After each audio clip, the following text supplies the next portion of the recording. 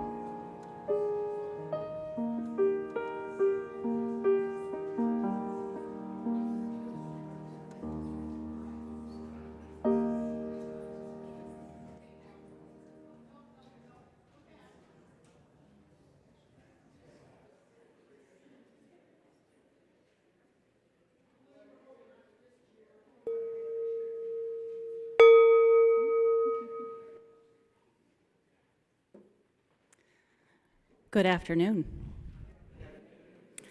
We gather together today as family and friends of Eddith Buis to remember and celebrate her unique life. My name is Sherry Woodbury, and I'm the minister here at First Unitarian Church of Omaha, where Eddith was a member since 1960. I understand she was actually our longest serving member who was still with us. On behalf of the family, I want to thank you all for being here and for helping us to celebrate her life. A few items of housekeeping. If you parked in the parking garage, you can find the parking validation machine in the foyer. It's got a blinking light. Bathrooms are just outside the door here or down the stairs out the back and on either side. And you'll find tissue packets in the hymnal racks if you need them. A few years ago, Eddith sent me a note with some information that she wanted to have on file at the church. I think she might have been thinking about this day. This is how she herself told the story of her involvement at First Unitarian. As a college freshman, Eddith wrote, my lit professor, Dr. Robert Harper, talked about the impact of the Unitarian Church both historically and locally. I decided to visit, walked from the Bemis Park neighborhood to check it out. And I stayed. The pastor was eloquent. I learned about church and local history and met so many people I admired and became good friends with. Eddith tells of being involved at times with Second Unitarian, which was grown out of First Unitarian to help serve the growing suburbs of West Omaha. She was drawn back to First Unitarian to serve as Director of Religious Education, overseeing the Sunday school, what she calls her first adult job. Church records reveal some other activities that Eddith was involved in at First Unitarian. Among others, she engaged adults at the church in artistic enrichment, was active in the Women's Alliance. She brought beauty into the sanctuary in the form of flowers and participated in one of the church's book clubs. Another reader remembers Eddith would always arrive at club meetings with voluminous notes written in a very tiny script. She was also in charge of the gallery in the common room. Each month she would feature a local artist in the congregation and hang their artwork in the gallery. I gather Eddith also contributed to discussion and debate about the aesthetics of this building over the years, exerting a strong influence on its appearance. She would surely be pleased by the congregation's current round of projects to preserve the functionality and the beauty of this place. In 1984, Eddith was recognized by the congregation as Unitarian Universalist of the Year. Later in 2005, she was invited to give the Henry Lemon Memorial Sermon. One is delivered each year by an esteemed member of the congregation on a subject of their choosing. Eddith spoke on the life of an artist. We'll get glimpses into other parts of Eddith's life today during the service.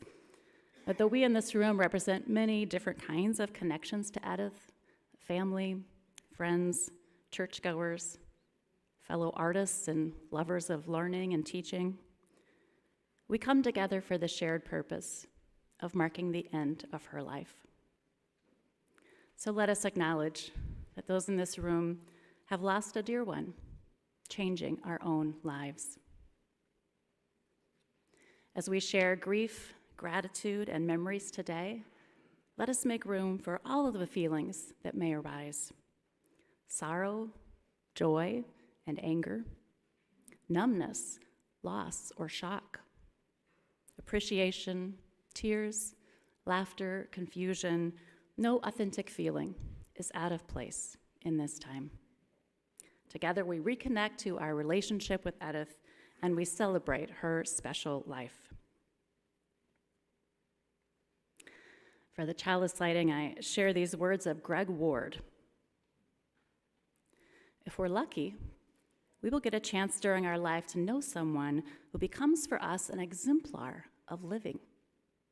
And if we're really lucky, we will recognize how they ended up passing on some of their goodness to us, if we're lucky. But one thing is certain: no one, not one of us, entering this world can escape the cost of living. The price we pay is this: to live in this world, we must accept that someday we will have to die. To love what is alive, we must accept having to lose what we've made precious through our care. To be fully and fiercely human, we must accept having to be breakable and sometimes broken. When we stop to notice how their life gave us a path and a little light to see by,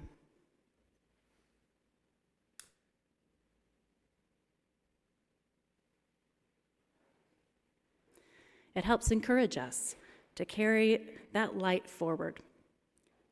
Through each of us carrying forth in this world a small flame, we know that the ability of that light to brighten the world depends upon the many others who learn to walk with it in their hearts. We light this chalice today to honor the life and living of a truly bright light, Eddith Buis.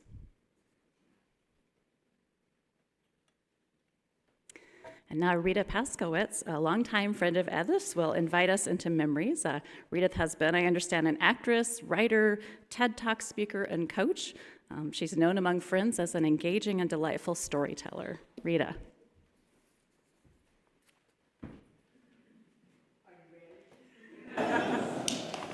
Eddith, what does that spell?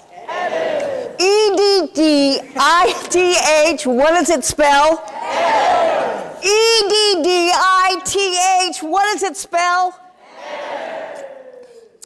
Just like her name, Eddith Buis was one of a kind. She never left home without a drawing pad or a pen. Anybody like to attest to that? Always had it with her, always ready. I remember sitting through plays and movies, and my eyes would be glued to the screen or the people on stage while Eddith scratched a likeness of whoever intrigued her. Some of her drawings were easily identifiable. Others, not so much.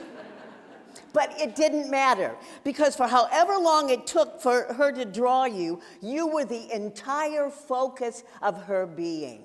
How often does that happen? Not very often at all. Some of her subjects were flummoxed. Do I really look like that? They would ask. Others were incredibly grateful. Oh, cool. Thank you so much. Do I get to keep it? Eddith would smile and nod. Who here has ever been drawn by Eddith Buis? Raise your hand. Look around. Darn. How many of us in this room, have ever been painted by Eddith Buis? Amazing, amazing. Okie dokie. Lucky, you may not have seen yourself in the picture, but she most certainly saw the picture in you. Lucky me, I was always recognizable by my hair. And Eddith knew everyone. She and I were friends and culture buddies, attending art openings, movies at film streams, always trying to see all the Oscar-nominated film shorts in one day. Anybody else do that? Okay, yay, we weren't nuts. Well, we were, but.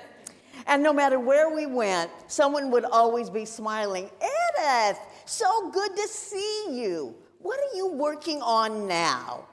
Eddith always had some project or other that she was planning on or in the middle of, right? Always doing something. Thanks to Eddith, Omaha became recognized in the national public art consciousness. Who here designed a doe? Turn around and look at all the, excellent. Who here exhibited or bought one? Okay. Who donated money to help make it happen? Anyone? Oh, I see some hands. Thank you. And how many of you drove all over Omaha to make sure you could say you saw each and every one of them? Raise them up high. We're nuts. It was an impossible idea to have over 100 large, amorphous human figures scattered about the city, each one uniquely created by an artist that Eddith knew and trusted. And yet, she and you made it happen. Can we have a round of applause for that, please?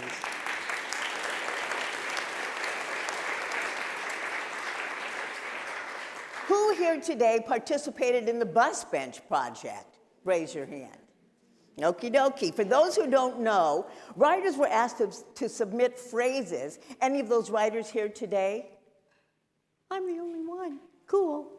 Let's see. They were asked to write something that would spark visual ideas in the minds of artists. Any of the artists here that did it? Good. And they would paint them into life. Or common ordinary on a common ordinary bus bench that you might otherwise drive by without even noticing. Once again, these public artworks were scattered around the city. Anybody remember seeing one? Excellent. Anybody have a name, the name of theirs on the tip of their tongue? Anybody want to share the name of their doll? Yes, please.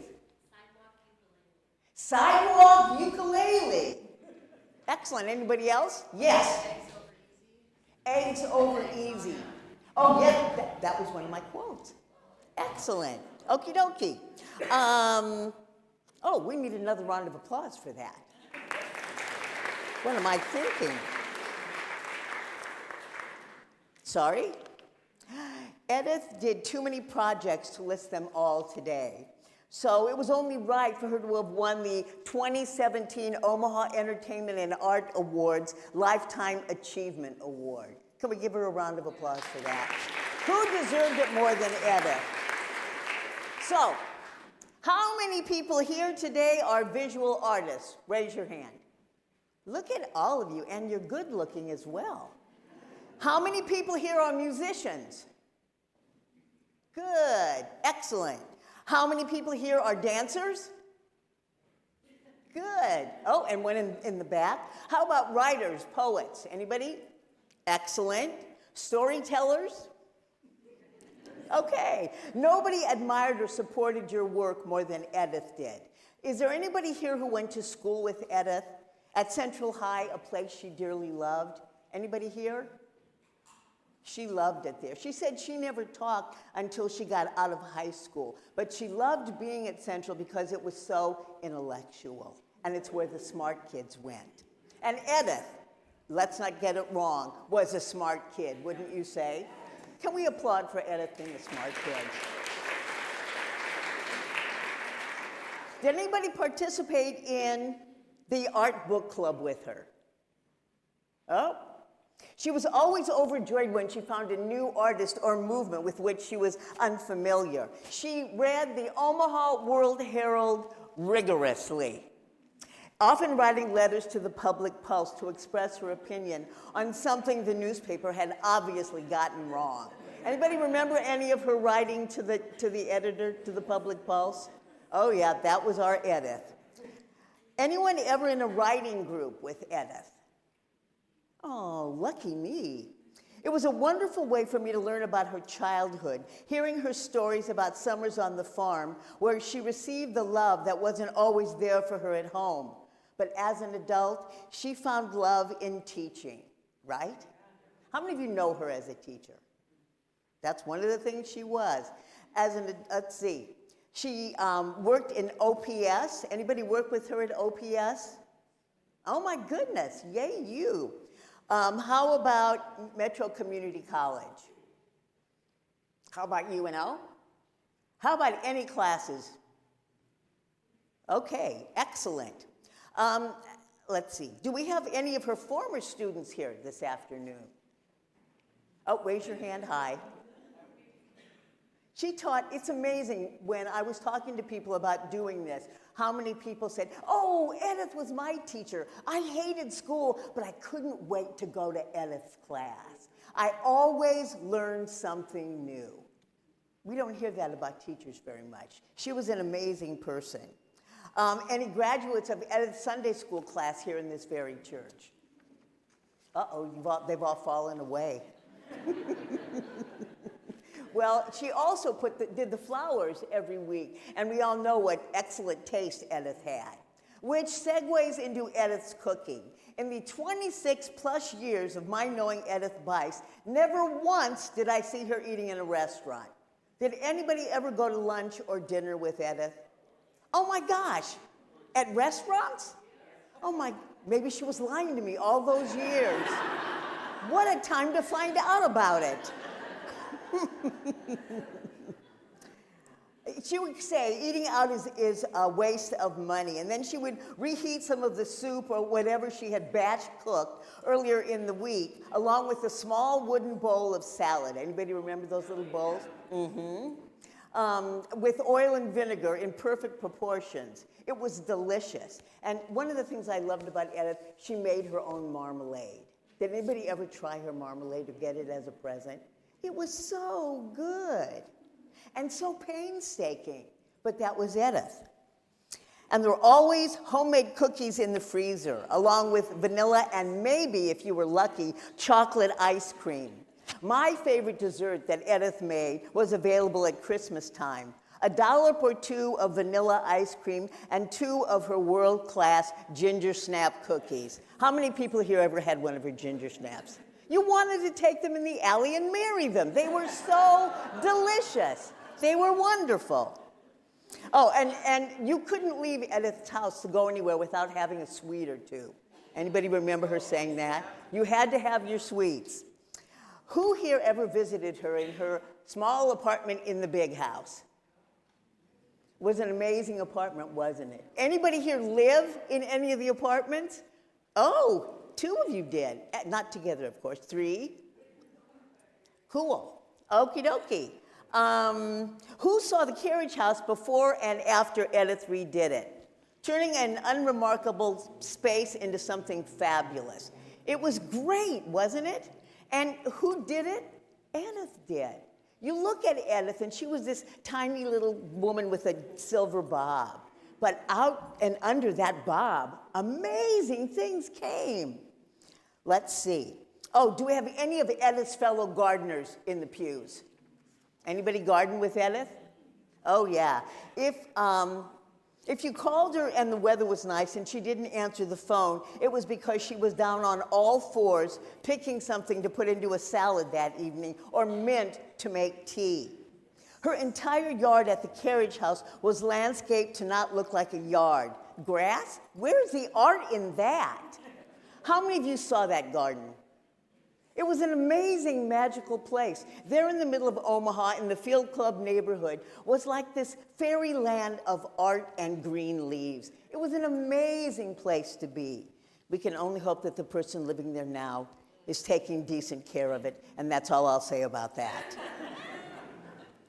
Oh, any of the shamanic drummers that she drummed with? Oh, about 4, excellent. How about practitioners of Qigong? Who got up early in the morning and practiced with her? I was always amazed by that. How many of you ever asked Eddith a question that she could only answer by muscle testing first? Now, Eddith swore by it, but many of us swore at it because it wasn't always right. It was amazing. She'd say, let me test. Nope, I can't do it. And then later on, why didn't we do it? Muscle testing.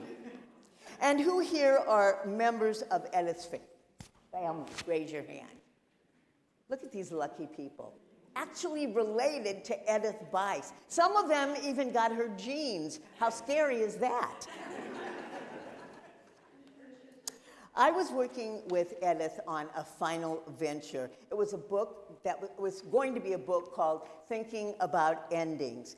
It was, local writers were asked to write a one-page piece on death or dying, and directly opposite each piece of writing would be a work of art. Is there anybody here who sent her a piece of art or a poem or piece of writing?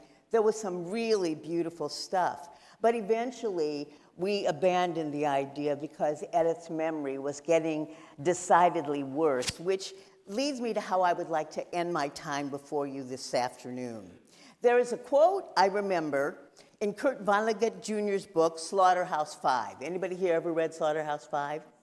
How can we be here if we haven't read Slaughterhouse-Five, for goodness sakes? The main character is Billy Pilgrim. He's a tall, thin man who is described as looking like a plucked stork.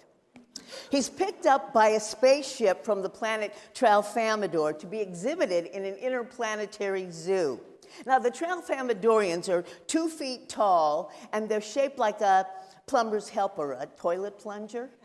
And on the top of the handle, there is a hand, and in the palm of the hand is an eye, and it was all green. And they spoke telepathically. Now, it communicated to Billy Pilgrim because he didn't understand how time worked on this planet. And what the Tralfamadorian said was, "We are all trapped in the amber of this moment, Mr. Pilgrim. This moment and every moment lasts forever. Except, like Edith's memory, mine is sometimes faulty as well, and that's not exactly what Kurt Vonnegut wrote. But I don't care, because it leads me to believe that whenever I want, I can be back at the Dundee Theater trying to watch all the animated shorts, the documentary shorts, and the live-action shorts in one day. So, I invite you right now, and I'm very strict about this, to close your eyes. Close your eyes. Close them if you got them. Okay. I want you to think of a moment that you spent with Eddith. Doesn't have to be a conversation, just an image of a time you can think of Eddith. And when you have that thought of, open your eyes and look at me. Sorry. And then I want you to turn to someone sitting next to you, and I want you to describe what you saw, your memory of Eddith. So turn to the person sitting next to you. Nobody gets to not talk. Talk to him.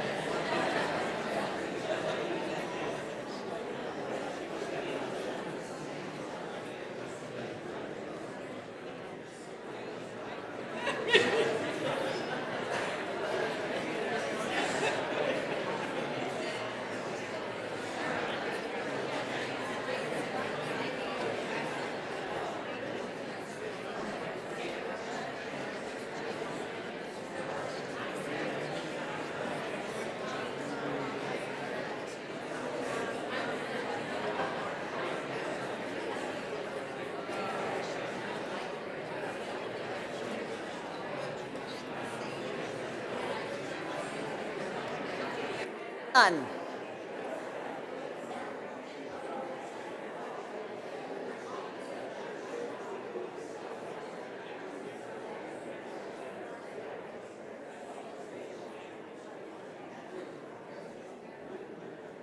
You want this?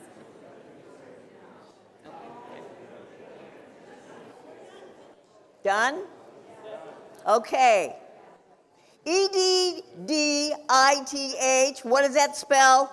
Yes. E-D-D-I-T-H, what does it spell? Yes. Who do we miss more than we'll ever know? E-D-D-I-T-H. Yes. Thank you so much.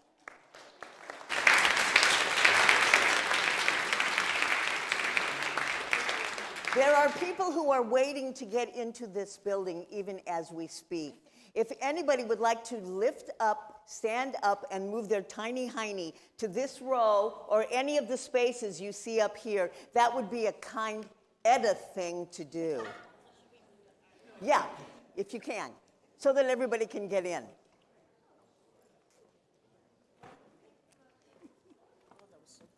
Was it? Oh, good. Oh, am I supposed to introduce the next person? No, Alan is. I thought the chair was out there.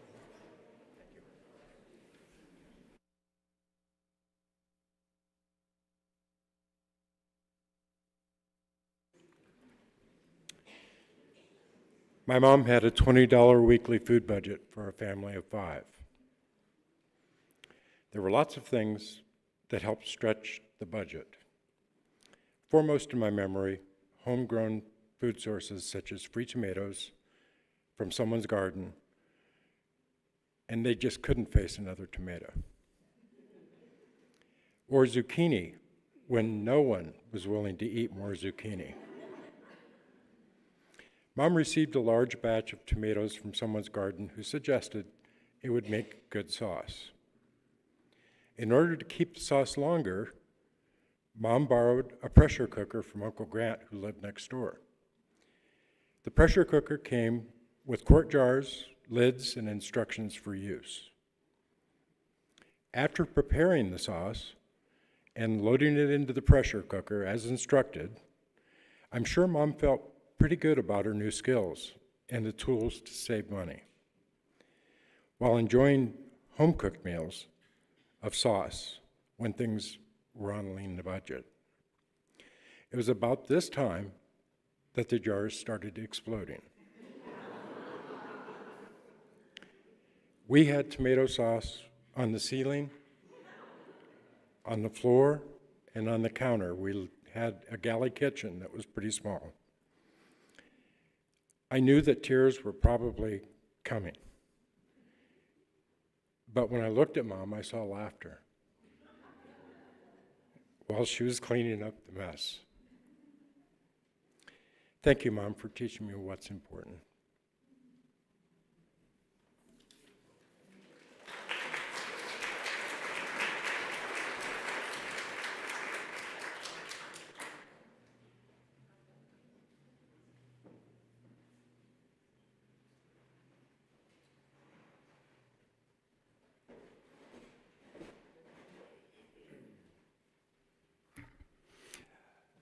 Wow. Eddith Buis, Mom.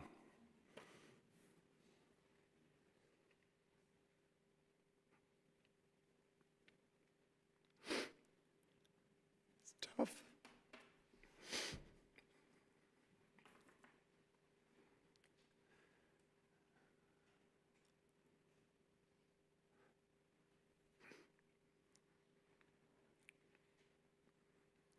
Fiercely independent woman.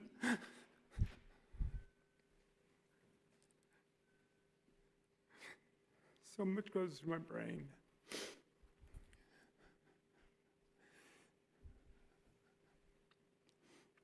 A lot of you know her later in life. I mean, for me, it's my mom, my brother, my sister.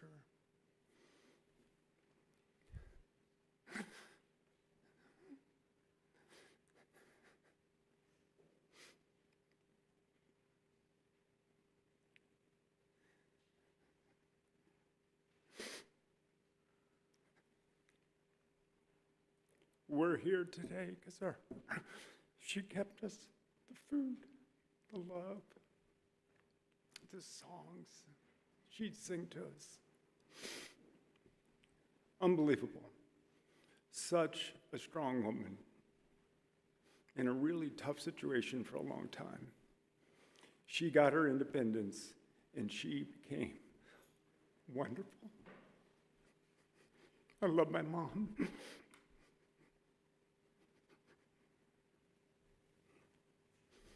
I love it.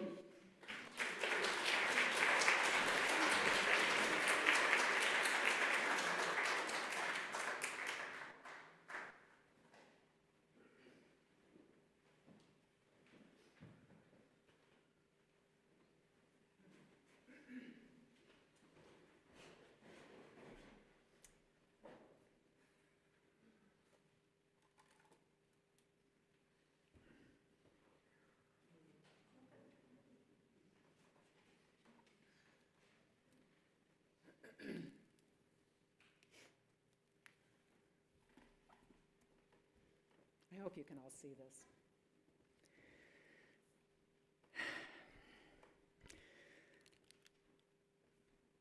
Hey, Nancy, what a setup. You cruise around in that yellow roadster, free to look for safe mysteries, with no sharp-tongued mother to stop you. You've all the parts of the psyche task, the bread, the tower, your famous father, the coins for the boatman. And Ned stands square-jawed, willing to wait off stage. Your buddies, Hannah in the audience. No surrender Dorothy for you, Nancy. Will the housewife's tale ever touch you? Blonde hair and a babushka? As the child who visited after curfew, by flashlight, I became you. My name is Andra. I'm the third of Eddith's children. My mother would often find inspiration from dreams for her creations, whether they be written word, paintings, or sculpture. This sculpture of Nancy Drew driving off to her next adventure and the poem just read are examples. There are so many life lessons we three learned from our mother and qualities she passed along. For me, her standout quality was her perseverance. She was on a mission to learn and teach, share beauty through her art and writing, and always give herself fully to the beloved community, to her beloved community. The greatest gift I was given was her unconditional love.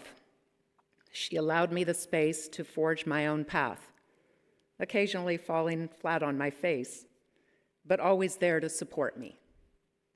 I never felt judged, although I'm sure she often questioned my decisions. Our mother always found a way to make things work. I never knew we were poor and just getting by. The last week of the month on her teacher's salary and no child support meant meals got pretty creative. The cars my mother owned were often a bit suspect. My favorite, and the one I drove often as a teen, was the little green Opel Kadett. One of our favorite escapes over the many years was to a rock quarry between Carson and Macedonia, Iowa. There are several hills to get over on that journey, and we would literally have to will that car up those hills so that we would have enough speed going down in order to make it up the next successfully. In this magical place, we both found peace and solace.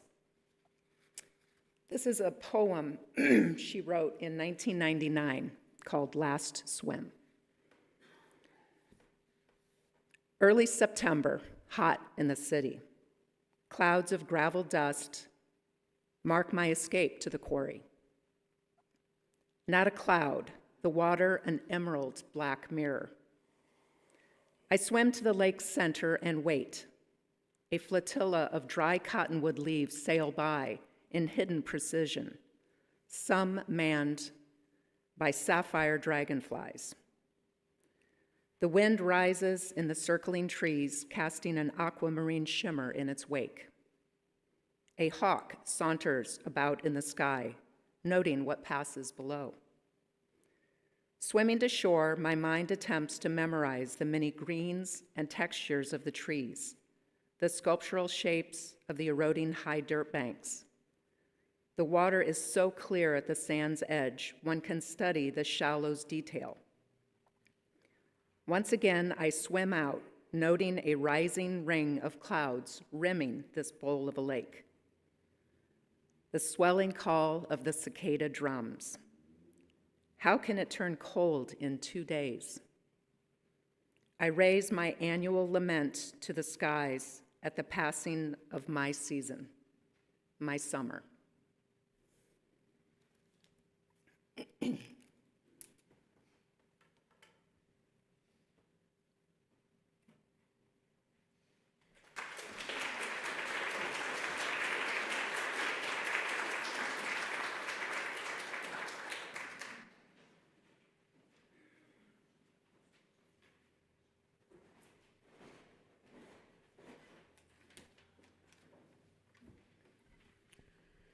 I was the youngest of 4 in our family.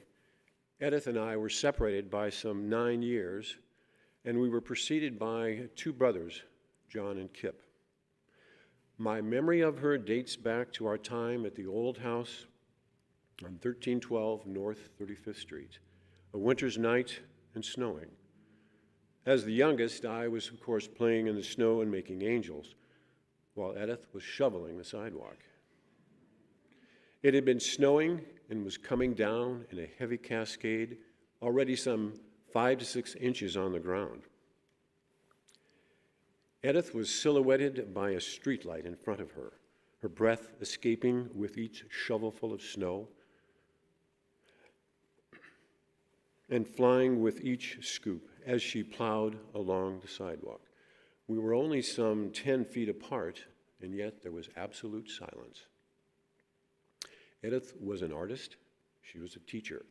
She certainly enlightened me with many concepts of her craft. I think of this memory of her as a picture of surrealism. The snow, the winter's night, Eddith's silhouette, and absolute quiet.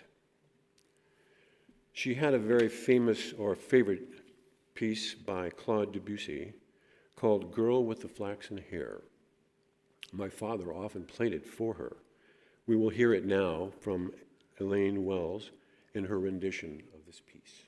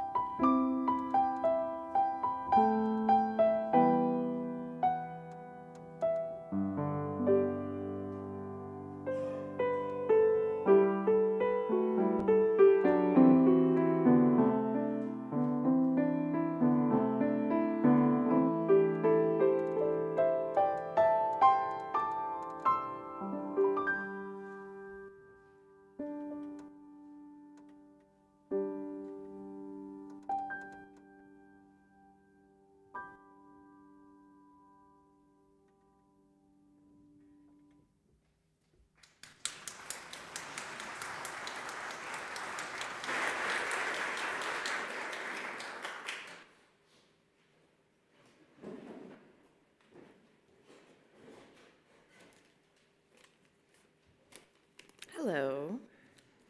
I'm Pascal, the eldest granddaughter of Eddith. Doing this, being up here, isn't super easy for me. Public speaking, especially while feeling emotional, is difficult, but if my grandma, we called her Memmy, taught me anything, she taught me that it's important to push through. When I was talking with my sister last week about being nervous to be up here, she reminded me that our piano recitals used to be here in this very room. Her point in saying that was to help calm my nerves because we're used to performing here. And then I reminded her that for every recital, I was always just a big ball of nerves. I remember one recital in particular. I must have been about 14. I was sitting next to Memmy, extremely jittery, impatiently awaiting my turn to play. When I get nervous, I tend to pick at my thumbs like I'm doing right now. Sort of absent-mindedly, and on this occasion, I picked so fiercely that my thumb started bleeding, and I thought, oh my God, I'm gonna bleed all over the piano, and I started panicking, and without skipping a beat, Memmy pulled out her white handkerchief and handed it to me, and she said, "It's fine, just get it over with." And of course, she was right. I was embarrassed to give the hanky back afterwards, but she was so casual and nonchalant about it that I felt sort of seen and supported without judgment. And that's how our relationship always was.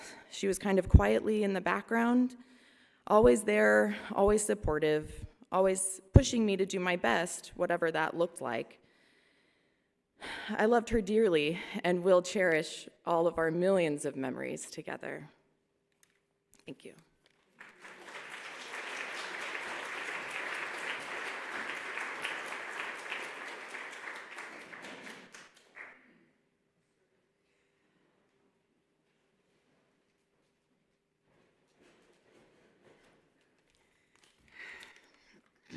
Good afternoon. My name is Delphine. I was Eddith's other granddaughter. Growing up, it was always clear that Eddith was not your typical grandmother, or Memmy as we knew her. She was known by everyone, our famous artist grandma.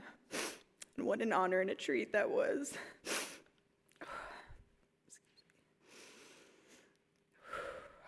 Memmy gifted our lives in many ways. One of the most profound was through music. Our piano lessons started when I was 5 years old and continued for many years. Of course, Memmy gifted our lives with art as well.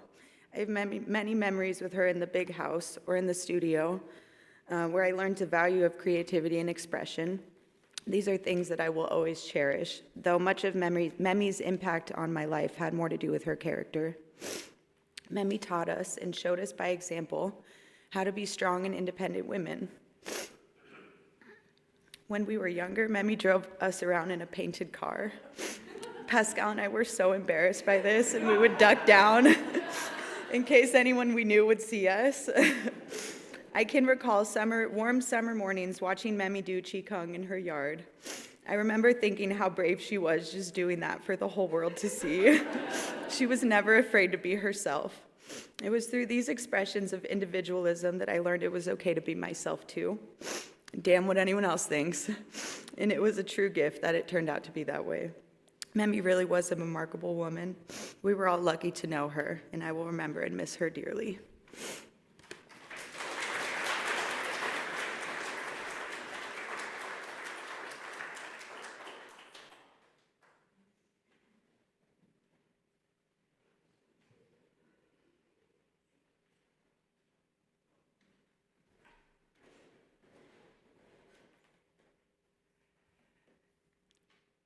I have two things to tell you about Eddith and my relationship. The first was the most formative because it went on for so long.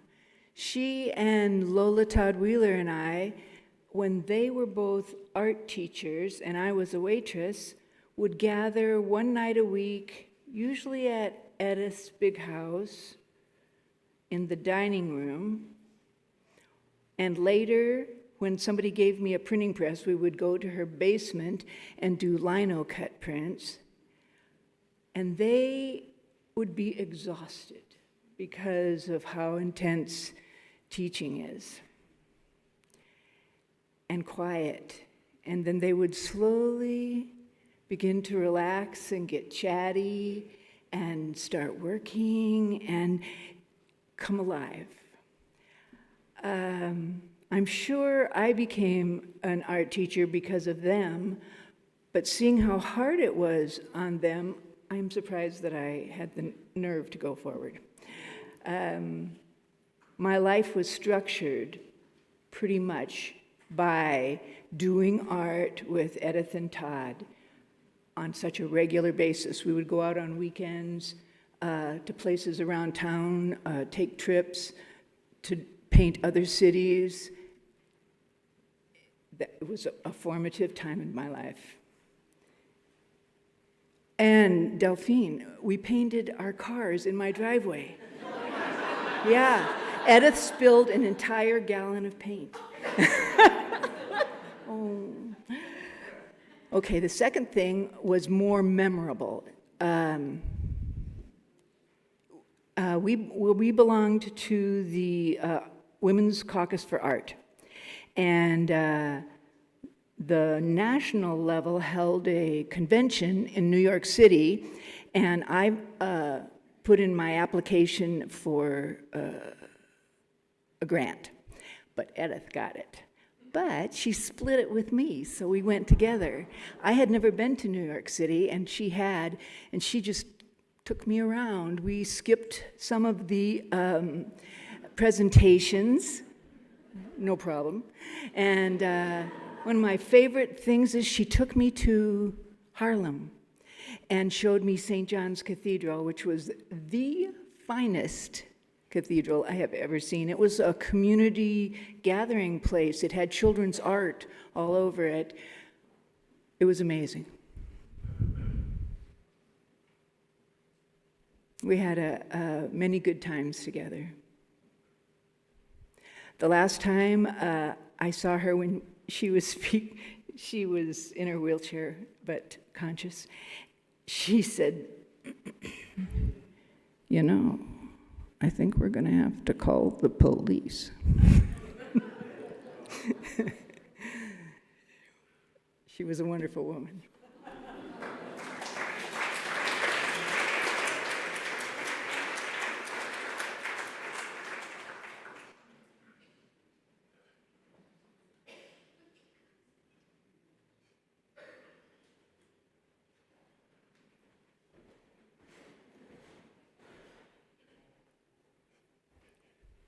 I told myself that I wasn't going to cry because I did it in the parking lot, I did it on the doorstep, I did it in the hallway. Now, I'm gonna have to now. One of the things Eddith told me when we were hanging out, and that's what we did, we hung out. She said, "Pam, I'm loved." And the love is evident by other people in the room to come celebrate her. I first met Eddith in 2009 at the old Dixie Quicks. I'm gonna say the one on Leavenworth, not the one that was over Council Bluffs. And so that was my first time venturing out in the art scene. So we sort of bonded over some black bean quesadillas, and if you ever had those at Dixie Quicks, those things were delicious. So, Eddith came over, introduced herself, and she's like, "What do you do?" I said, "Well, I do art." And she said, "Okay, well, the Bemis is having their, they used to have their $100 art sales down there." And she said, "Why don't you come down with me?" And I went down, and later, the Harvester over in Council Bluffs was open up. She comes, "Hey, Pam, come go with me." I said, "Okay." And that's when I found out that we had a lot more things in common. Besides, we both grew up in Bemis. I grew up in Bemis Park too. But we also had difficulty navigating directions. So we did make it over to Broadway. We got that far. And she's like, "Well, I think it's this way." I don't know. So we're just driving up and down streets. And we figured we might, if we see a crowd of people going in the same direction, maybe that would take us to Harvester. And so we're lost, but we're laughing. Because, we just started giggling. I said, "Look at us both. We don't even know where we're going." And it was getting dark, too. and we finally made it to Harvester. But one thing we failed to do is look at landmarks to find our way back out. So it's sort of the same thing as we were navigating out, back and forth, back and forth, back and forth. But it was, that's when I knew I found my partner in crime. She would call me, hey, Alan just brought over some fresh baked bread. Why don't you come on over and I'm gonna make some soup? And I said, okay, I'm on my way. Because I live on South 25th Avenue, and this is when, Eddith was over in Field Club. So he'd run over there, and that's when I first realized that you're supposed to massage kale. Because I was like, she's cutting it up. I'm like, what are you doing? And she's like, I'm massaging it. And I was like, what? I'm watching her wash it and cut it up in little pieces, doing all that other stuff. And then her making her famous dressing, in her little mason jar, and she'd stir it up and do everything. And Eddith got me through a lot. She got me through the passing of my mom, and my mom's birthday was actually Friday. And I could always count on her. She could always count on me. She'd say, hey, let's go for a walk. I'm going, we're going for a walk. And we're just walking any place, even when she was over in Blackstone as well. And, I kept telling myself, don't cry selfish tears. And I call them selfish tears because it's about me not being able to imagine my world without Eddith, because Eddith was such a big part of my world. I still drive by her old house and say, hi, Eddith's house. And then I give a little glare. I don't know who lives there, but I give a little glare for the person who's there now, because I'm just like, you don't deserve this house. And I didn't sleep last night because I feel like this is the official goodbye. And I'm not ready to say goodbye. I love you, Eddith, and I miss you. I'm glad the last time I saw her, we hugged, and we talked. I bought oatmeal raisin cookies to the ladies. I did it around dinner time, because all the ladies would come around like we knew each other, so sat at the table, and I opened up the cookies, and one lady would say, hey, did you make these cookies? I said, yeah, I slaved all morning. I didn't. I got them from Baker's. And we would talk. And Eddith was like, she was having a bad day.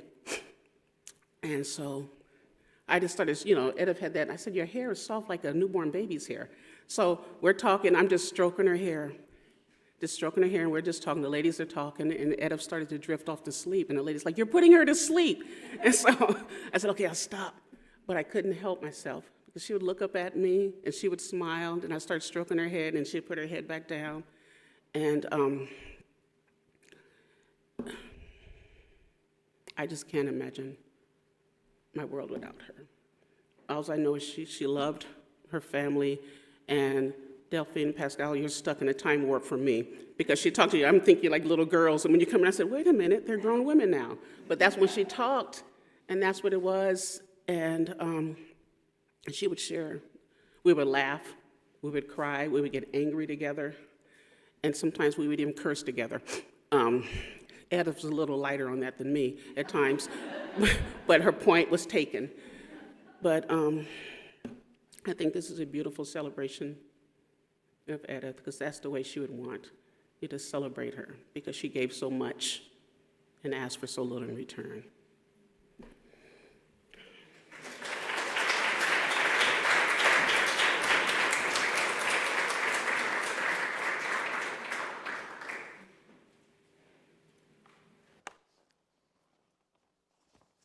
And now it's your turn.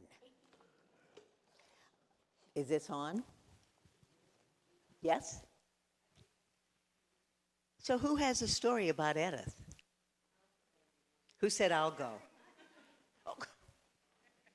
Is it all right if I go up there so I can put my paper? Sure.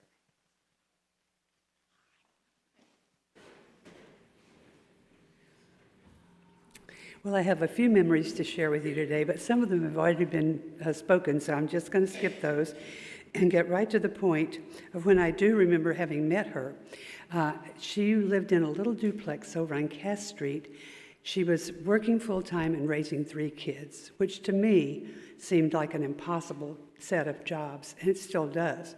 But she did it all well. Then we were in the choir together for years until she finally decided that she was willing to quit because she said her voice was not reliable. And boy, do I know what that means now. Eddith was a person who introduced me to the first Unitarian church of, no, not the church, but the camp, the summer camp in Colorado. It was nestled in a whole valley of beautiful 14-foot peaks all around this little bowl. And she was one of the leaders that created this wonderful camp where love abounded and support and encouragement and lots of fun. In fact, it was so much fun that at the end of that week, I thought, you know, I bet there are some people in this world who have never experienced that kind of love and that kind of support and energy and enthusiasm. So all the way home, we were camping all the way from Colorado back to Nebraska. I would just try to spread that kind of love by, speaking to women in the restroom or speaking to people in the campsite or just anybody. And they just seemed to be so surprised that a total stranger would say something to them. And I thought, that's the kind of small thing we can all do that spreads the love that Eddith set up in that camp. Well, then for years, I cogitated on bringing black and white people together to generate mutual understanding and respect. And a lot of people would say, it's a good idea, but they wouldn't really volunteer to help. Well, finally, the director of religious education here, who is Cheryl Wallace at the time, said, that's a great idea, I'll help. And then when we came to inviting people to join the team, Eddith was the first person to say she would help. And with years of having taught black students, she was the perfect teammate because not only did she have all that experience, but also she shared a lot of encouragement and great ideas. Then while I was living in Council Bluffs with my husband for 18 years, we never bought anything. We had combined 2 households, so we had everything we really needed. But when our dining room table finally wore out and our TV finally wore out, I bought a second-hand dining room set from Eddith, and it filled our little dining room until we moved from that house in 1999 to a bigger house in North Omaha. Well, now, Eddith was into feng shui at that time, as you may recall, and also Qigong. And I remember going to Qigong classes with her, and I thought the silliest looking thing she did was this kind of swan or goose thing, and she would do that, and I'd think, this is kind of silly, but I'm going to do it because it seemed to be adding to her longevity and to her clarity of mind. So when we moved into this house, she offered to bless our house with orange water. And so I gratefully accepted because she assured me that if we had blessed the house with the orange water, it would ward off all evil spirits. She instructed me to buy oranges, not on sale, and to place them in a large bowl of water. When I got to the grocery store, there was a sale on the most beautiful big oranges I had ever seen. So I thought, well, after we do the ceremony, we can eat these oranges. So I bought the sale ones. Eddith was not happy with this choice. In fact, she worried that the sale oranges would put a hex instead of a blessing on the house. But we proceeded anyway. My part was to carry the bowl of oranges and water around the inside perimeter of the house. Her part was to walk around, carefully flicking water every 3 feet or so, repeating a brief incantation. Now, if you knew Eddith, you probably recall that she did not have the best awareness of time. The process was going well, and we thought it would be finished in time for me to get to my 5 o'clock appointment. But then she realized that there was a basement, and she informed me that it too must be sanctified. We rushed downstairs, and Eddith started sprinkling water at top speed. To hell with the ceremonious pace she had maintained on the main floor. I think I was late to my appointment. But after 25 years in that house, I can attest that it has survived tornadoes and blizzards and floods, and I still love living there, along with the tall cat that Eddith made of concrete and installed on my porch to guard the front door, just in case the orange water blessing didn't fend off all evil.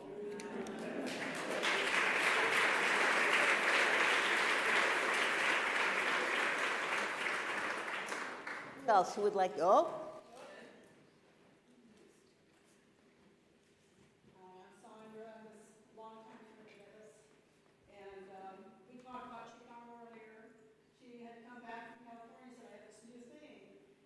So oh, The mic's working. I guess it is. So I came, and there was this big crowd of people, and we were all doing Qigong, and it dwindled down to the two of us over the time, and we kept doing it, though. We kept doing it for years and years and years. I worked at 42nd and Center, so I was close, so I'd go there in the morning, do Qigong, and then go off to work. I was a nurse, and I would go off to work, and it would make my day even better, because I get a good start to it. And over the years, we did art together. She invited me. I wasn't a professional artist, but she invited me on a couple art projects I got to participate in. And she was just such a good, oh, hi, Jackie. And such a good friend. And I do miss her quite a bit. You know, we did stuff till she finally went to the nursing home down in the south there. But many good times. I really enjoyed her.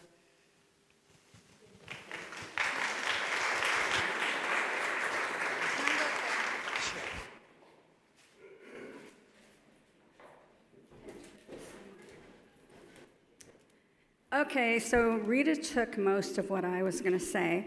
I'm Jane Hackbarton, who Eddith was to me. I think I met her in the late to mid-'90s as a graduate student, and we were in the Nebraska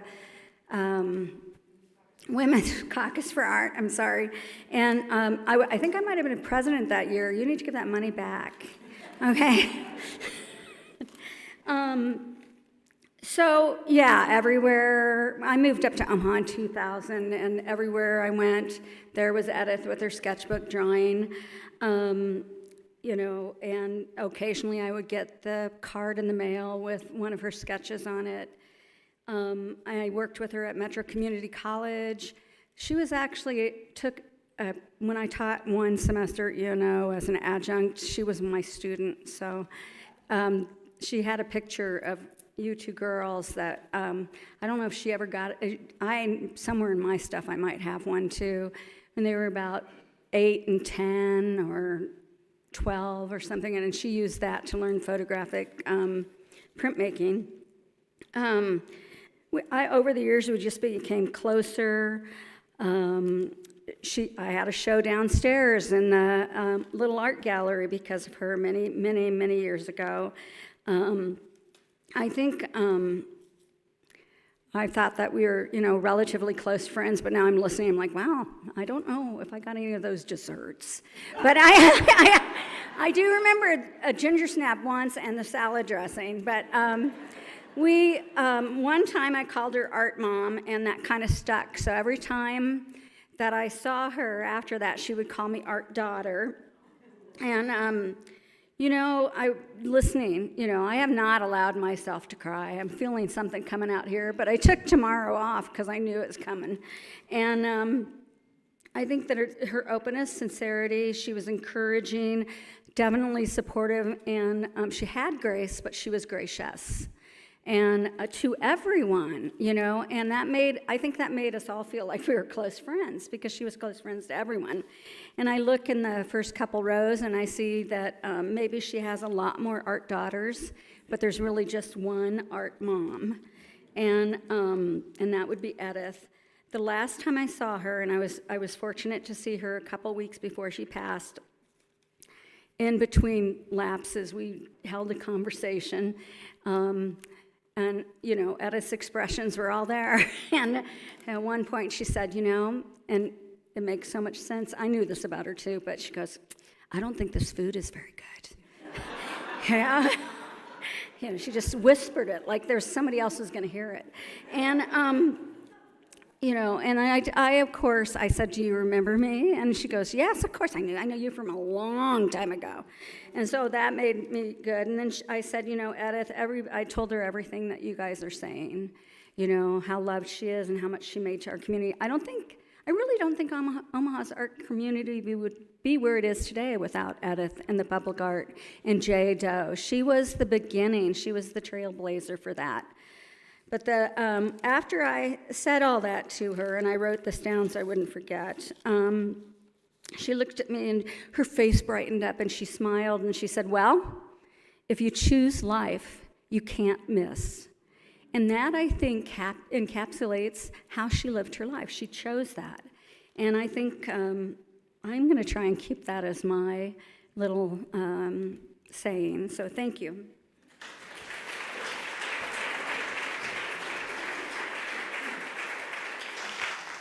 We have a hot mic here, a hot mic here. Or do you want to do?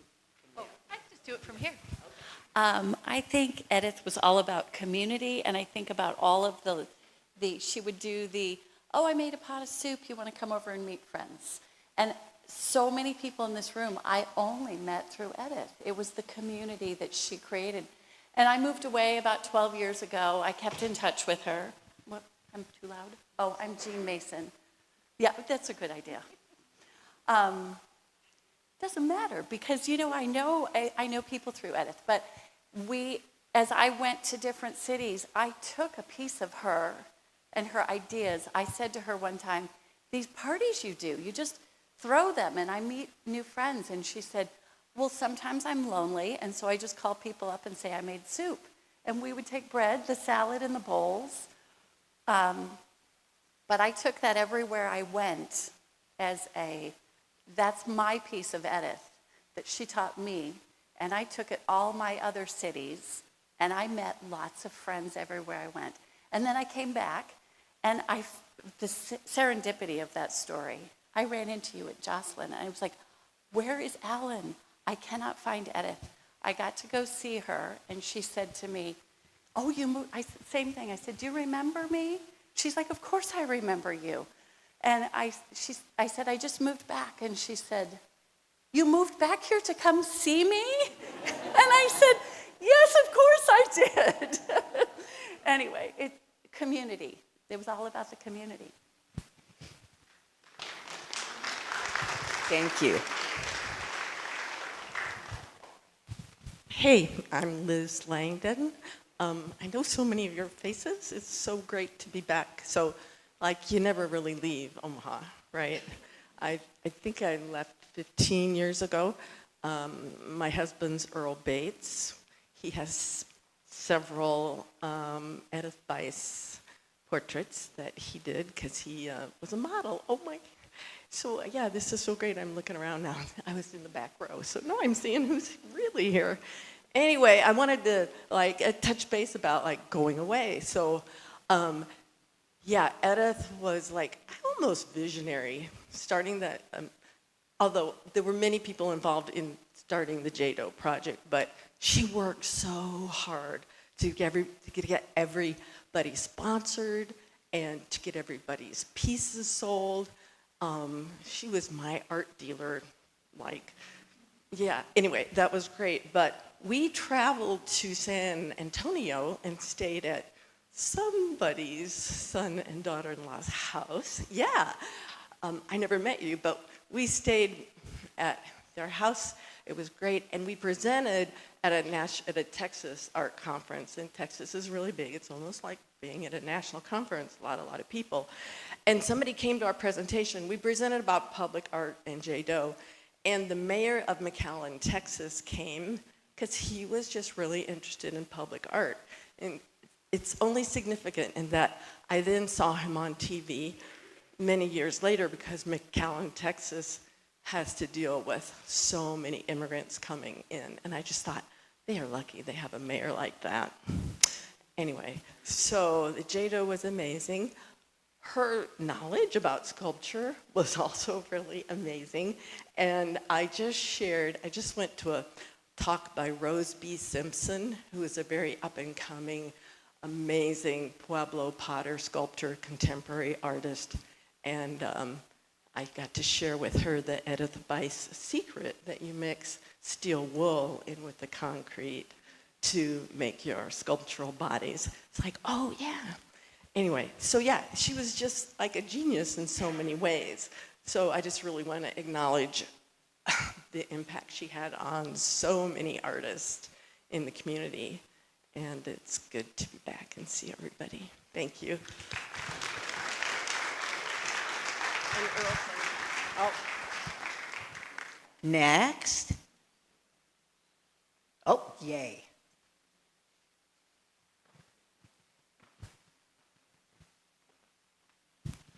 Hi, everybody. My name is David Thompson. I'm an attorney here in town, and I grew up here in Omaha, Bellevue, actually, Bellevue West, the best. And then I moved to Chicago, and I lived in Chicago for 25 years. And I came back here in 2013 to help out my family. My father had been diagnosed with dementia. And I met Eddith in 2013, about a month or two after I'd come back to town, at an art opening at Kaneko. And we got along, we chatted. I think we probably met each other at a couple other openings. And then somewhere along the way, she said, hey, why don't you come over to my house? We'll hang out. And so I went over to her house. And I know people have been talking about her house and her apartment. These were stunningly beautiful spaces. She had a more amazing aesthetic sense than anyone I've ever met. And somehow she did it, and Alan, I know, everyone says she did it all on her own. You were a big part of it. Every time I asked her about, how did you do this? She'd say, well, Alan helped me do this, and Alan did this. So I just want to give you credit, even though we haven't seen each other for a long time. And so we fell into this pattern where I would go over about every 6 months to her house. Went to her house a couple times and went to her condo a couple times. And it's sort of funny, Andrew knows this, but when I went to her house for the first time, I walked in and there was this portrait, ink portrait, about 4 feet tall and 3 feet wide, gigantic, covered a whole wall. And I walked in and I was like, is that the German writer Günter Grass? And she said, oh my God, nobody has ever known that. I've had that drawing on my wall for years, and nobody's ever known that. And I was like, well, I don't know, just who it was. So somewhere around that time, she wrote on the back of that picture, give this to David Thompson when the time comes. So I now have this gigantic picture of Günter Grass. I'm not quite sure where to put it yet. And there's another picture that I feel like I don't deserve it, actually. There's another picture that was a ink and pencil drawing, a beautiful drawing of, it was a self-portrait of herself. And she was standing on 2 horses, one leg on one horse, the other on the little horse. I know, I shouldn't have this. It's not, she's riding on the horse, and she said, I just had this dream, and I had this dream of myself doing that, and so I just had to make a picture out of it. And every time I would go to her place, I would say, wow, that's really beautiful. And so I feel honored to have both of those pieces. I'm not sure where Günter's going to go, partly because he turned out to be a Nazi, so a little bit of a problem there. But I did help her with a few, legal things over the years. But I just want to say that I've met a lot of artists in my time, and I really enjoy hanging out with artists, and that's one of the reasons why Eddith and I always had a lot to talk about. But she was not just somebody who made art. She's not just somebody who interacted with other people who made art. She is somebody who lived art. She dreamed art. She was more committed to having a beautiful life, as beautiful as anyone could make it, than anyone I've ever met. And I just want to say that. And she did have a wonderful life. I did go. So I'm an elder law attorney, and I deal with folks who have dementia all the time. And I got to say, it never occurred to me to think that she had dementia until one of the last times we visited. She said, yeah, I think I'm beginning to lose it a little bit. And I was like, oh, okay. That was the only discussion we ever had about it. And then she moved in with Andra and Linda, and I went over to visit her there. And when I walked in, she was sitting there at the table doing crafts. And I could tell that, things had changed a lot. We had a nice little discussion, and then I went to see her once at Hillcrest Maple Rose when she was there. And again, she liked the activities. And I still have this when there's people that I really like. I mean, and I should just say I had a celebration of life from my mother last weekend, and she passed away from Alzheimer's. And it's always surprising to me. I was like, I didn't think there was anything. I honestly never thought that there was anything wrong with Eddith. I mean, we just went on talking like we'd always talked. And so, you know, I think she lived as beautiful a life as she could up until the very end, and I will always remember her. So, thanks everybody.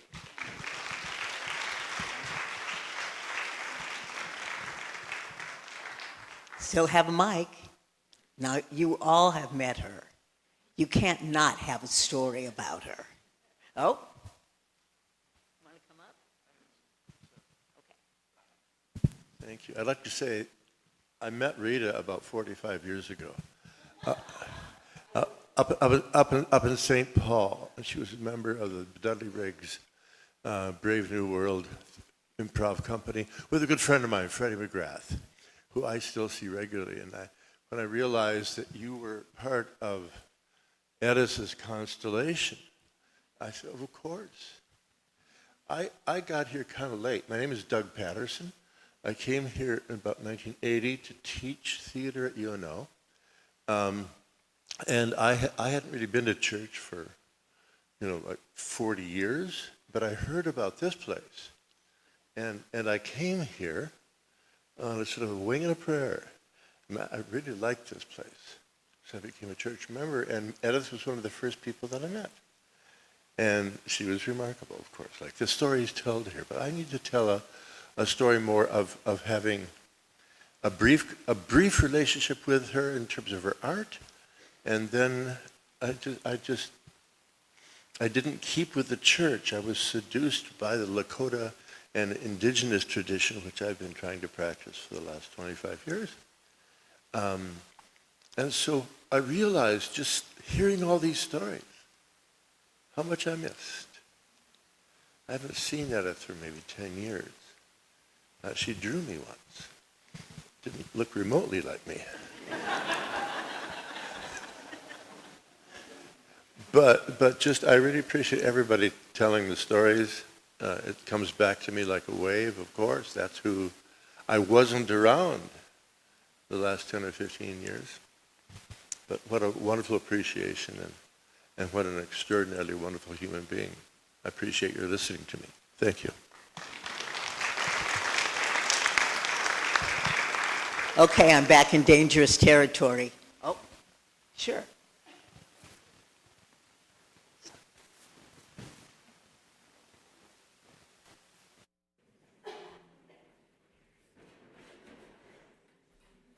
Good afternoon. My name is Eddie Santamaria. I didn't think this was going to be emotional. I was fortunate enough to be commissioned to help Eddith design her carriage house. I met her in 2007 through a fellow artist. I don't know if Joel Holmes here, but Joel came to me and says, I want you to meet this artist. I was just new in town. I was working in a really boring office, and there was really no creative outlet for me, so I started my own practice. And she was one of the first that came to me and said, I like what you're doing. Come on over, I have some salad for you. And we decided to, she's like, I'm an artist, I'm a writer, I'm a poet, I'm a mother, I'm a grandmother, and I had this dream. And this dream, when I was a child, I saw myself living in this carriage house. And I don't know how to describe the dream to you, but I want you to understand that I need light, that I need storage, and that I need a place where I can surround myself with the art of my friends. And then she said, then you go do your thing. And we worked together. And Alan was part of our work as and a cousin that designed some of the woodwork inside the house. But through the drawings, the models, she was always very thoughtful. She was always very kind. And she would always believe that we were going to create something great. To this day, I will always drive by there, and it will always be the Buis house. It will never change. It doesn't matter who lives there. And I met the other owners. They have reached out to me, and some of them don't have the sensibility that she had to the whole entire place. But the place will always have her aura and her spirit. And I think that anyone who's been in that space, that touches all of us. And it's been amazing to see that every one of us has a little seed of Eddith.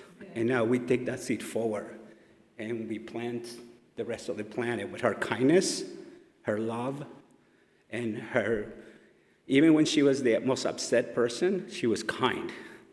And she was loved by so many people. I can't believe how many people actually have come to me and saying, hey, you had a part to do with that design. I was like, yeah, very little. But it's always something that I cherish with me from forever. So thank you for having this ceremony today and being able to fill everybody with love. Thank you.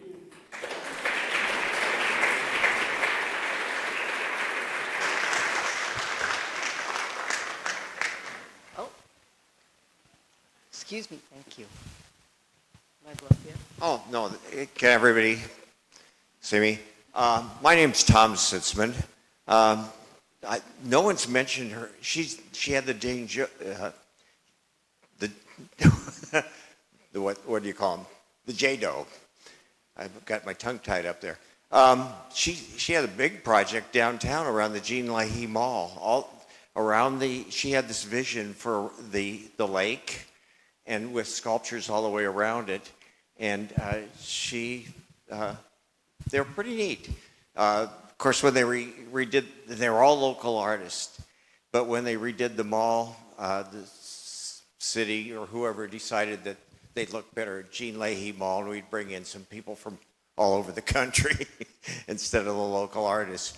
But it was amazing projects. People came to town, they'd be walking around and looking at them, and they were just amazed. But that was her dream, and she carried it out.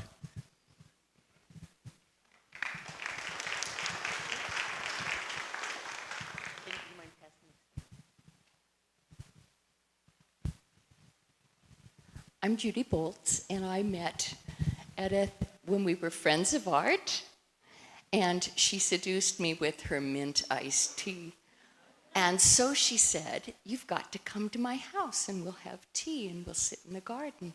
So I did, and I drove up to the house, and my heart almost stopped, because when I had first moved to Omaha in about 2004, after some very sad times in my life and not really wanted to leave my old home, I was driving around getting to know Omaha, and I stopped at her house. I didn't know her. I didn't know she lived there, and I loved that house. I said, I can live here now. I like this house. So when I met Eddith and she invited me in, it went full circle. And I wasn't going to talk, but after you told your story, I just had to share.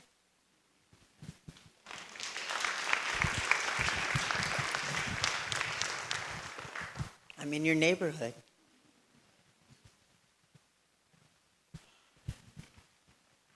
Hi, I'm Dan Walk. I met Eddith through my wife Roxanne, who many of you know. I always marveled at her ability to create community.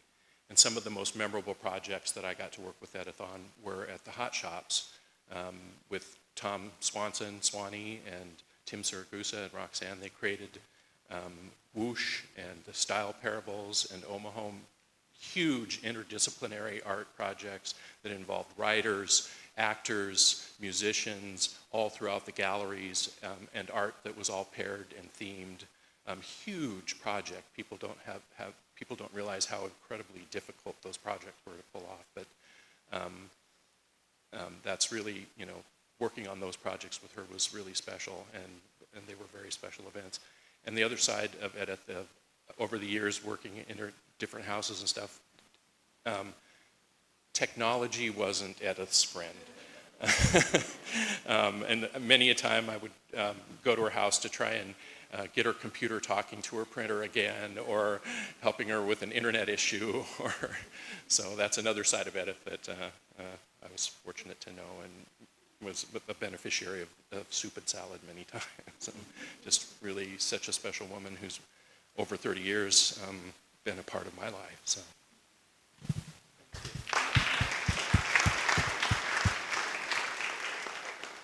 I'm looking at you. Anyone? Bueller? Bueller? Oh. Ooh.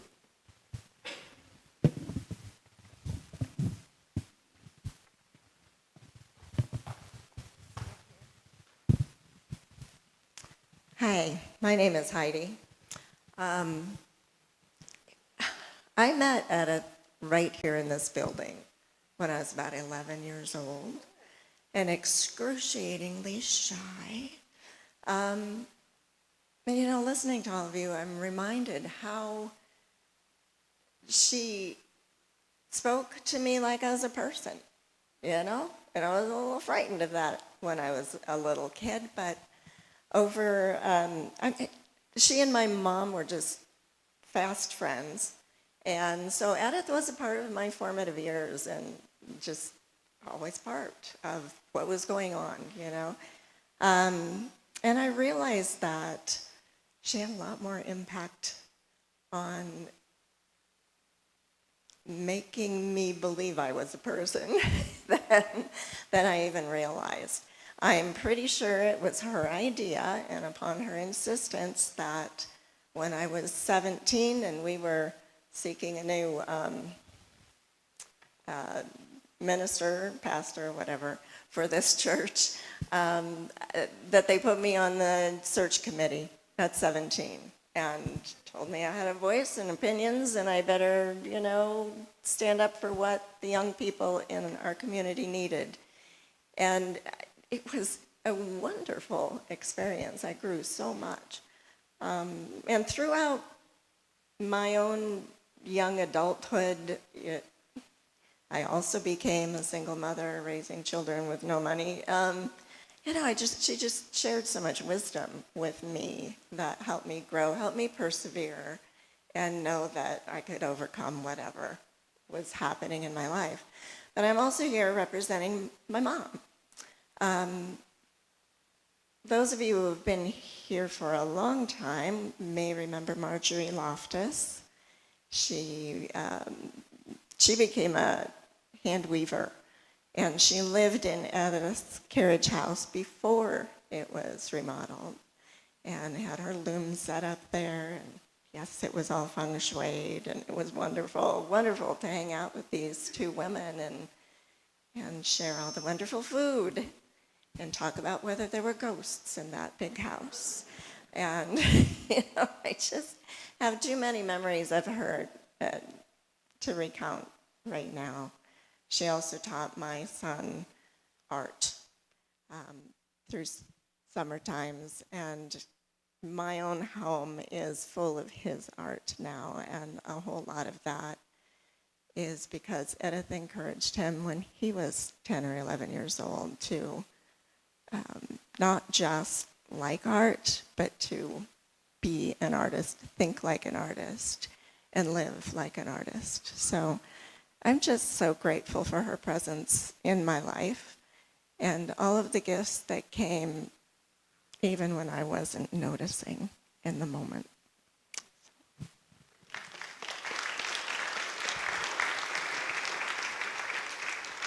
Last call, last call.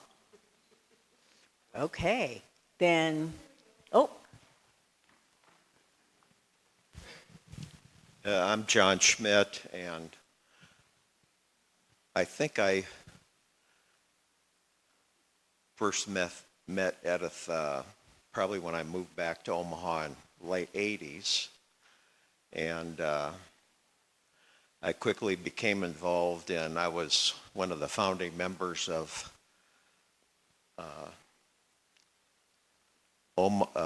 People for Responsible Omaha Urban Development, which was proud, and we formed to try to fight the senseless destruction of Jobbers Canyon. And you probably know that Omaha is the site of the largest mass destruction of a National Historic District in our nation's history. And we all know how important friendships were with Eddith, and we would regularly see each other at art openings and other things. And she had a very close friend at one time, and extremely close, and she was overweight. And Eddith thought that she would try to help her, and she sent her some information on healthy eating. Well, she took it completely wrong, and she never spoke to her again. And 20 years later, 30 years later, this lady passed away, and I asked Eddith, this is when she was living in that tower, and pretty sure no longer driving. And I told her that, would you like to go to her funeral? If you do, I'll come pick you up and take you to the funeral. And she wanted to go, and I think that was her way. She was such a good friend that she respected her wishes, and she didn't try to go against her. And I think her wanting to finally go to the funeral was kind of wrapping up the package, so to speak, and saying, giving her her final respects as the friend that she had been. Thank you. And now we'll hear a poem by Eddith's daughter-in-law, Linda Bodie.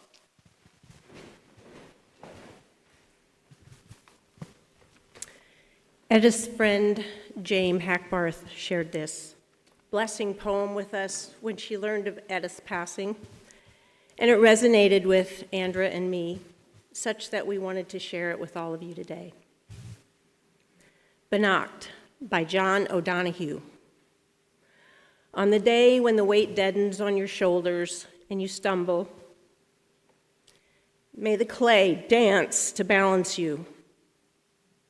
And when your eyes freeze behind the gray window and the ghost of loss gets into you, may a flock of colors, indigo, red, green, and azure blue, come to awaken in you a meadow of delight.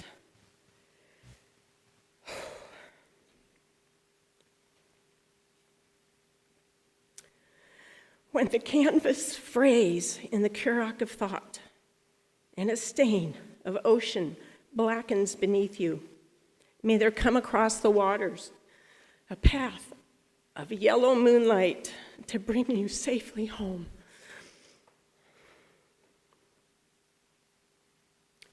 May the nourishment of the earth be yours.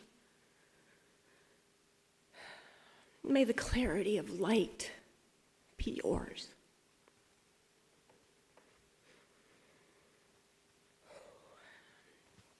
May the fluency of the ocean be yours. May the protection of the ancestors be yours.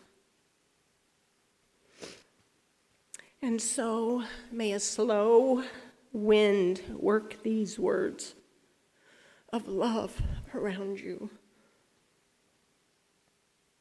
An invisible cloak to mind your life.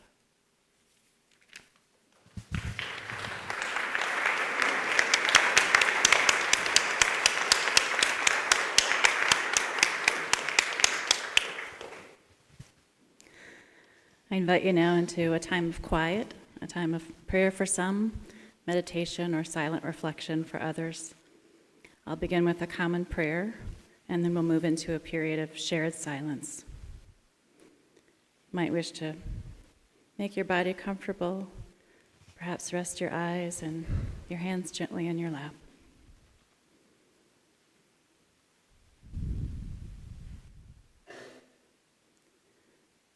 Spirit of life and love, as we honor the bright life of Eddith Buis, help us to recognize and celebrate the gifts that she brought into our lives. May our hearts be filled with gratitude for these gifts and for the joys of knowing Eddith. Her energy and resourcefulness, her love for children and for learning at every age, her kindness and generosity, the community building with soup and salad, her unwavering integrity, the way she infused ordinary life with beauty, every space, the way she brought people together and made each person feel seen, whether a young child who's shy or a new art friend finding their voice, whether she was mother, grandma, art mom, friend, visionary in the community, beautifier everywhere. May we celebrate Eddith's life and honor her memory by sharing with others, in turn, these gifts of knowing her. So may it be. Amen. Time for your own private meditation or prayer.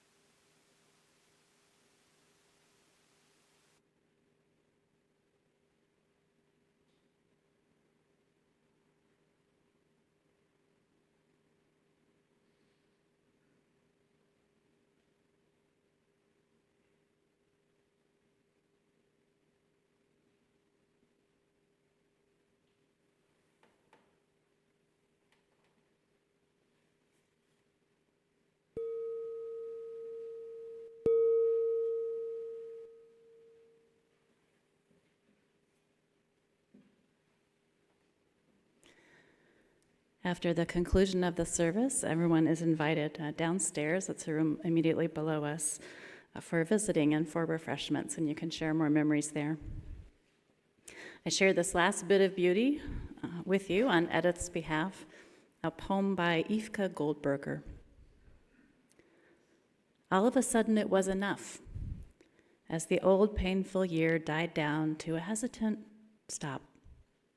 There was a moment for reflection, for looking back with a fading smile from the wreck of a marked body at the good things life has to offer. Companionship, talents, wit, love, the magic of nature, hard work, the joys of being creative. With the door of this world ajar, hope slipping away with each heartbeat, what else could be done but to give in, accept defeat with regret, follow the piper's elusive tones while boldly surrendering the body?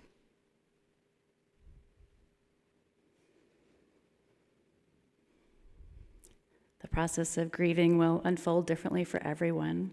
There's no right or wrong way to mourn, no rules about how you should feel, what you should do, or when you should be done grieving. Please be gentle with yourself and reach out to a friend or a loved one when you want support.